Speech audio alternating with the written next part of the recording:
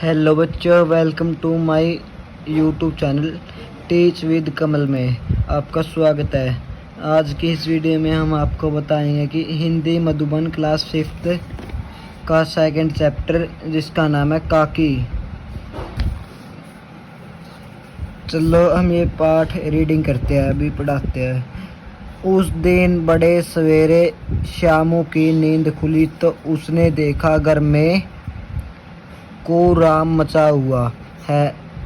उसकी माँ नीचे से ऊपर एक कपड़ा ओढ़े हुए कंबल पर भूमि शयन कर रही है और घर के सब लोग उसके घेर कर बड़े करुण स्वर में विलाप कर रहे हैं। लोग जब उसकी माँ को शमशान ले जाने लिए उठने लगे तब श्यामू ने बड़ा उपद्रव मचाया। लोगों को हाथ से छूटकर वह माँ के ऊपर जा गिरा और बोला, काकी सो रही है, इसे इस तरह उठाकर कहाँ ले जा रहे हो? मैं इसे नहीं ले जाने दूंगा। लोगों ने बड़ी कठिनाई से उसे उठाया। काकी को अग्नि संस्कार में वह नहीं जा सकता। एक दासी राम राम करके उसे घर में ही संभालती रही।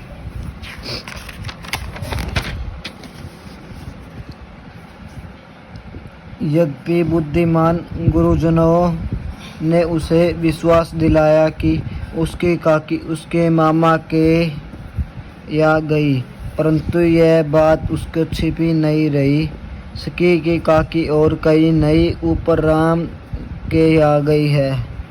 काकी के लिए कई दिन लगातार रोते रोते उसका रुदन तो शांत हो गया, परंतु शोक न शांत नहीं हो सका। वह प्राय अकेले बैठा बैठे शून्य मन से आकार की ओर ताका करता। एक दिन उसने ऊपर एक पतंग उड़ती देखी। न जाने क्या सोचकर उसका हृदय खिल उठा। वह पिता के पास जाकर बोला, काका मुझे एक पतंग मंगवा दो, अभी मंगवा दो। पत्नी की मृत्यु के बाद से विश्वेश्वर बहुत अनमने से रहते थे। अच्छा मंगवा दूंगा कहकर उदास भाव से कहीं चले गए। श्यामू पतंग के लिए बहुत उत्कंठित था। वह अपनी इच्छा किसी तरह नहीं रोक सका। एक जगह खूंटी पर विश्वेश्वर का कोट टंगा था। इधर उधर देखकर उसने पास में एक स्टूल सरकाकर रखा और ऊपर चढ़कर कोट की जेब टटोली। एक चवन्नी उसके पाकर वह तुरंत वहां से भाग गया। सुखिया दासी का लड़का बोला श्यामू का साथी था। श्यामू ने उसको चवन्नी देकर अपनी जीजी से कहकर गुपचुप एक पतंग और डोर मंगा दो। देखो खूब अकेले में लाना, कोई जान ना पाए। पतंग आई एक अंधेरे घर में, उसमें डोर बांधी जाने लगी। श्यामू ने कहा, बोला किसी से ना कहे तो एक बात कहूँ? बोला ने सिर हिलाकर कहा, नहीं मैं किसी से नहीं कहूँगा।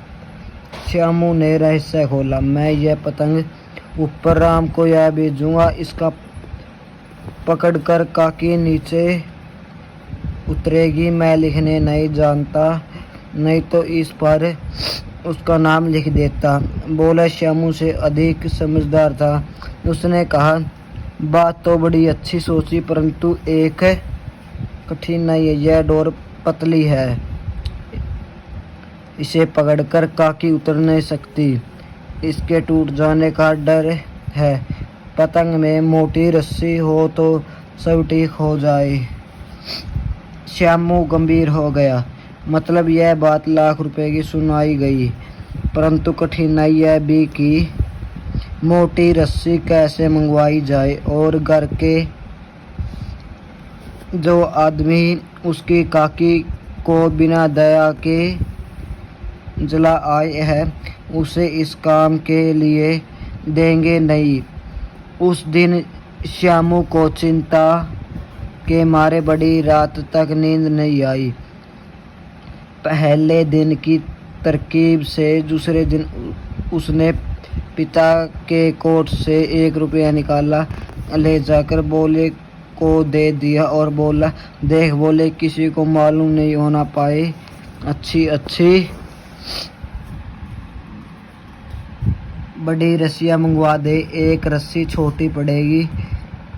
ज्वालिर भैया से मैं उस पर काकी लिखवा लूँगा, नाम रहेगा तो पतंग ठीक उन्हीं के पास पहुँच जाएगी। 2 घंटे बाद फरफूल मन से श्यामू और बोला अंधेरे कोठरी में बैठे वे पतंग में रस्सी बांध रहे थे। अक्षतमा उम्र रूप धारण किए विश्वेश्वर शुभ कार्य में विघ्न की तरह आ घुसे। बोला और श्यामू को धमकाकर बोले, तुमने हमारे कोट से रुपया निकाला है। बोला एक डांट में मुखबिर हो गया। बोला श्यामू भैया ने रस्सी और पतंग मंगवाने के लिए निकाला था। विश्वेश्वर ने श्यामू को 2 तमाचे जड़ाकर कहा, चोरी सीखकर जेल जाएगा। अच्छा तुझे अच्छी तरह समझाता हूँ, कहकर फिर कई तमाचे जड़े और कान मलने के बाद पतंग फाड़ डाली और अब रसिया की ओर देखकर पूछा, यह किसने मंगवाई?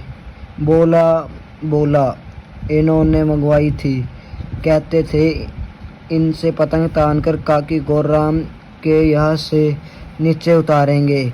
विश्वेश्वर हतबुद्धि होकर वही खड़ी रह गई। उन्होंने फटी हुई पतंग उठाकर देखी, उस पर लिखा था काकी। आज का हमारा ये पाठ है जिसका नाम है काकी, और ये हमारा आज का पाठ कंप्लीट हुआ। Thank you for